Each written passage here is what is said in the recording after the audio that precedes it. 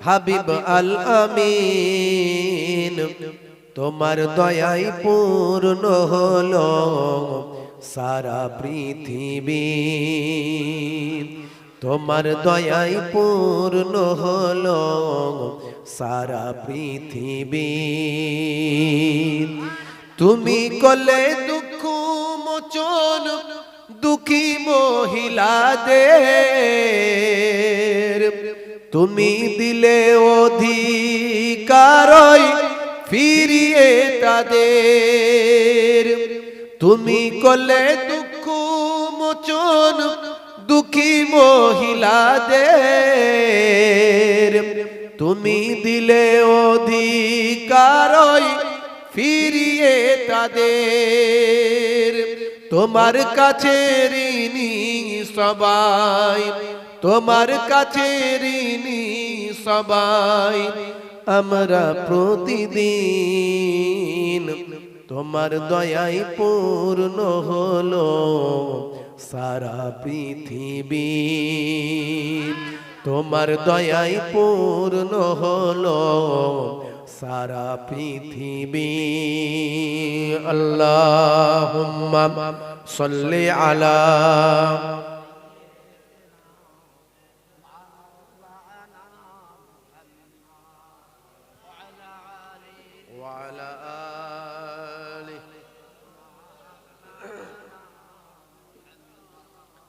কালেমা প্রেমী আর মন কজনই হবে বল যে মহাব্বত হযরত বেলাল কালেমার প্রতি রেখেছিল কালেমার প্রতি রেখেছিল কালেমা প্রেমী আর মন কজনই হবে বলো আল্লাহুম্মা সাল্লি আলা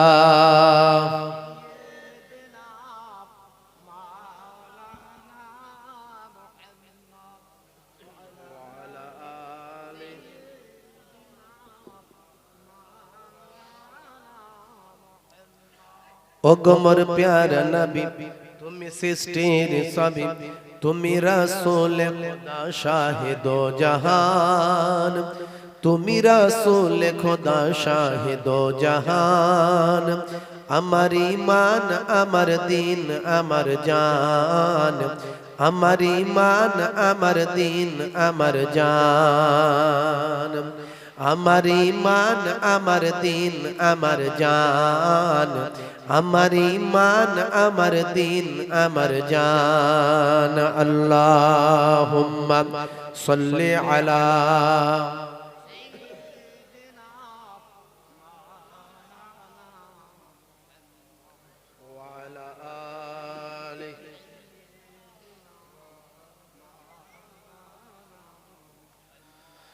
তোমারি নূর হতে এসেছে প্রাণ যাতে ভালোবাসা জেতাতে তোমারি নূর হতে তোমারি নূর হতে এসেছে প্রাণ যাতে ভালোবাসা জেতাতে তোমারি নূর হতে তুমি রাসূল খোদা শাহিদো জাহান তুমি রাসূল খোদা শাহিদো জাহান আমার ঈমান আমার দিন আমার জান আমার ঈমান আমার দিন আমার জান আমার ঈমান আমার দিন আমার জান আমার ঈমান আমার দিন আমার জান আল্লাহুম্মা সাল্লি আলা হে তরুণ যুবকেরা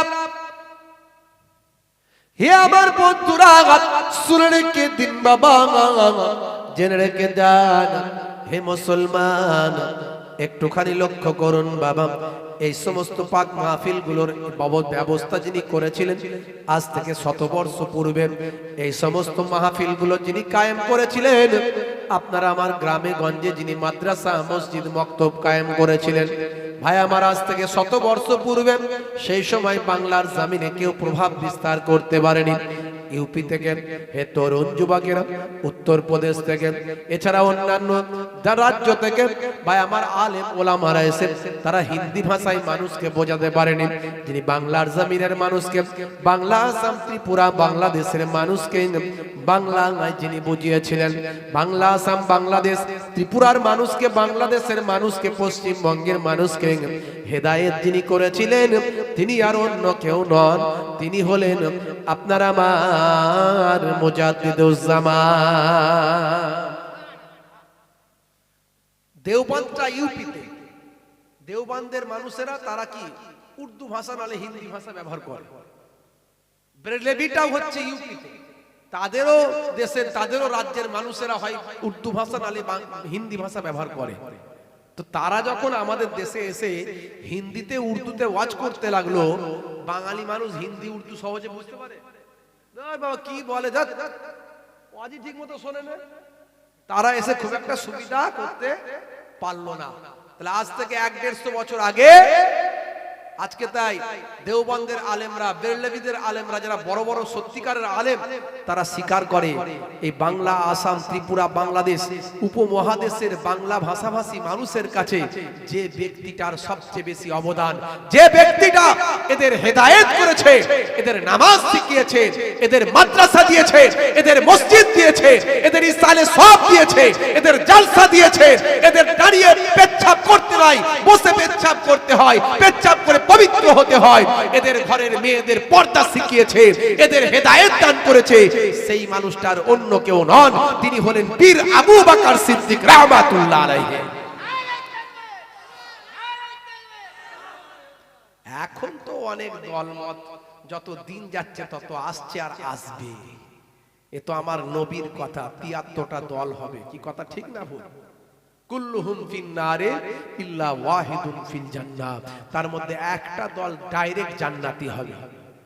সাহাবায়ে কেরামরা জিজ্ঞাসা করলেন, হুজুর সেটা কোন দল, সেটা কোন দল? আল্লাহর নবী বলে, যে দলে আমি আছি, আমার সাহাবায়ে কেরামরা যে দলে আছে। জোরে হবে না? আচ্ছা, আমরা যে দলটায় আছি, এই দলটা লোকে বলে ফুরফুরা সিলসিলার দল। না, ভুল বলে। ফুরফুরা সিলসিলা মানে, ফুরফুরা তো একটা গ্রামের নাম, একটা জায়গার নাম। সিলসিলা মানে হলো নেটওয়ার্ক, চেন। গ্রামের আবার চেন হয় নাকি? আসলে ইন্ডিকেট করা হয়, মানে মানুষ বলে এক কিন্তু বোঝাতে চায় আর এক। ফুরফুরা সিলসিলা বলতে মুজাদ্দিদুজ্জামান দাদা হুজুর পীর কেবলার দেখানো সিলসিলা। সিলসিলা মানে হচ্ছে নেটওয়ার্ক, চেন। Network, chain. দাদা হুজুর কেবলার চেন বলতে দাদা হুজুর কেবলা যে চেনটা দেখিয়ে দিয়েছেন, যে নেটওয়ার্কটা ধরেছেন, সেই নেটওয়ার্কটা বোঝায়। ভালো করে বুঝবেন।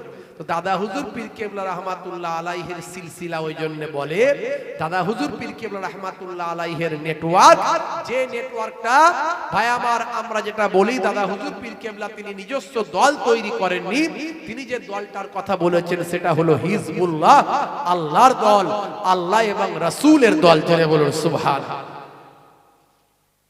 বন্ধুরা আমার, তরুণ যুবকেরা আমার, মুরব্বিয়ানেরা আমার, এখন অনেক মানুষ, অনেক নতুন নতুন শেখ বেরোচ্ছে, মোবাইলের বক্তা বেরোচ্ছে, ইউটিউবের বক্তা বেরোচ্ছে, কড়া কড়া কথা বলছে, যে কথা আপনার বাপ 14 পুরুষ কোনোদিন শোনেনি। বলছে ইমামে আজম আবু হানিফা কিছু জানে না, ইমামে আজম আবু হানিফার বিরুদ্ধে কটূক্তি করছে। বাইজিদ বোস্তামি রাহমাতুল্লাহ আলাইহিকে বলছে বেদাত, যে বাইজিদ বোস্তামি রাহমাতুল্লাহ আলাইহি এক গ্লাস পানি নিয়ে সারা রাত মায়ের জন্য দাঁড়িয়েছিলেন ছোটবেলায়। মায়ের দোয়া, মা দোয়া করেছিলেন, বাবা বাইজিদ কখন থেকে দাঁড়িয়ে আছো? বলে মা গো, তুমি বলেছিলে পানির পিপাসা লেগেছে, মা বাবা একটু পানি খাওয়াতে পারিস বাবা বাইজিদ? আমি গিয়ে দেখলাম কলসিতে পানি নাই, মা গো মাগো কলসিতে পানি নাই। আমি চিন্তা করলাম আমার জননী মা পানি চেয়েছে, যে মায়ের পায়ের তলায় সন্তানের জান্নাত। পিপাসার সময় আমার মা অসুস্থ, আমি যদি পানিটা না খাওয়াতে পারি, আমি বাইজিদ, আমার কোনো দাম নাই, কোনো মূল্য নাই। তা আমি পানি আনতে চলে গেছিলাম মা, রাতের বেলা পানি আনতে চলে গেছিলাম। পানি যখন নিয়ে এলাম, নিয়ে এসে যখন গ্লাসে ভরলাম, দেখলাম মা তুমি ঘুমিয়ে গেছো। তোমাকে যদি আমি তুলি তাহলে তোমার কষ্ট হবে মা, মাগো তোমার কষ্ট হবে, তোমার ঘুমটা ভেঙে যাবে। তাই আমি তোমার মাথার ঘোড়ায় আমি দাঁড়িয়েছিলাম পানিটা নিয়ে। আমার মায়ের যখন ঘুমটা ভাঙবে তখনই আমি আমার মাকে পানিটা পান করিয়ে দেব। মুয়াজ্জিন আযান দিচ্ছে, আসসালাতু খায়রুম মিনান নাউম,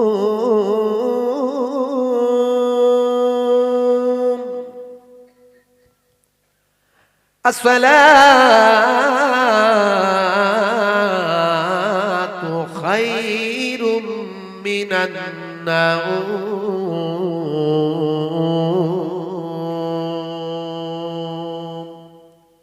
মায়ের ঘুম ভাঙছে, চোখ খুলছে, খুলি দেখছে বাবা বাইজিদ তুমি দাঁড়িয়ে আছো। হ্যাঁ গো মা, তুমি পানি খেতে চেয়েছিলে মা, আমি পানি নিয়ে দাঁড়িয়ে আছি। বাবা সারা রাত ধরে দাঁড়িয়ে আছো? হ্যাঁ মা, সারা রাত ধরেই দাঁড়িয়ে আছি। মায়ের অন্তর থেকে দোয়া বেরিয়ে। মা বলল বাবা বাইজিদ, তুমি তোমার আরামকে হারাম করে, তুমি তোমার আরামকে ত্যাগ করে দিয়ে আমি মায়ের খেদমতে সারা রাত কাটিয়ে দিয়েছো। আমি মা, নবী বলছেন মায়ের দোয়া কবুল হবেই হবে। দাওয়াতুল মাজলুমে, দাওয়াতুল মুসাফিরে, দাওয়াতুল ওয়ালিদি আলা ওয়ালাদিহি, তিন শ্রেণীর ডাক আল্লাহর আরশে কারেন্টের মতো কবুল হয়। তার মধ্যে একটা হলো বাপ মায়ের দোয়া। আমার দোয়া কবুল হবে কি জানি না বাবা বাইজিদ, তবে তোমার জন্য আমি দোয়া চাই, আল্লাহ যেন তোমাকে এত বড় ওলি আল্লাহ বানান, সুলতানুল আরেফিন। সমস্ত আরেফ হলো আল্লাহর ওলিদের একটা ক্যাটাগরি, সেই আরেফ ওলিদের আল্লাহ তোমাকে বাদশা সুলতান বানিয়ে দেয়। সেই বাইজিদ বোস্তামি রাদিয়াল্লাহু রাহমাতুল্লাহ আলাইহিকে এরা বলে বেদাতি, এরা বলে বেদাতি। এদের জবান এত বেড়েছে, বাড়তে বাড়তে বাড়তে বাড়তে এরা আপনার আমার মুজাদ্দিদুজ্জামান পীর আবু বকর সিদ্দিক রাহমাতুল্লাহ আলাইহিকে তুচ্ছ করে, তাচ্ছিল্য করে, কটূক্তি করে। ভাই আমি খারাপ হতে পারি, আমি ছোট হুজুরের নাতি, পীরনগর হুজুরের পোতা, আমার ব্যবহার, আমার কালচার, আমার কথাবার্তা, আমার ইবাদত, আমার ব্যবহার আপনি খারাপ পেতে পারেন, কিন্তু মুজাদ্দিদুজ্জামান তাবিজ করা মৌলবী ছিলেন না, পীর সাহেব ছিলেন না, সাধারণ পীর সাহেব ছিলেন না, যিনি মদিনা শরীফ থেকে 40টা হাদিসের সনদ নিয়ে সনদ প্রাপ্ত হয়ে বাংলার জমিনে ফিরেছিলেন। বুখারী, মুসলিম, তিরমিজি, আবু দাউদ, নাসাই, ইবনে মাজাহ, এটা হলো 86টা 6টা হাদিস। এছাড়া হাদিসের আরো অসংখ্য গ্রন্থ আছে। এই রকম 40টা হাদিসের গ্রন্থের পরিপূর্ণ মুকাম্মাল ভাই আমার সনদ প্রাপ্ত আলেম হয়ে তিনি ভাই আমার মদিনার জমিন থেকে বাংলার জমিনে তিনি ফিরেছিলেন। সেই মুজাদ্দিদুজ্জামানকে ওরা বলে আমার দাদা হুজুর পীর কেবলা সানে কটূক্তি করে, নিন্দা মন্দা করে, দাদা হুজুর পীর কেবলার বিরুদ্ধে বিরোধিতা করে।